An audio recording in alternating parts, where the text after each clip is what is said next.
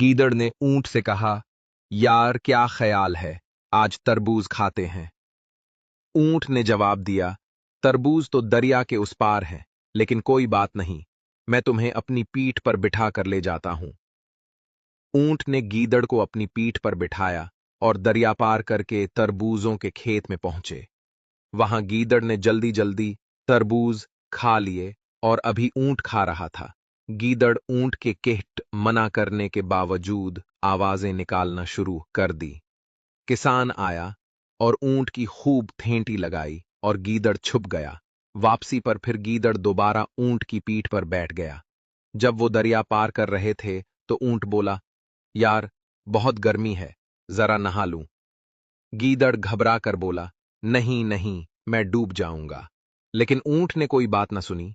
वो दरिया के बीच जाकर बैठ गया और गीदड़ को पानी में खूब डुबकियां दीं।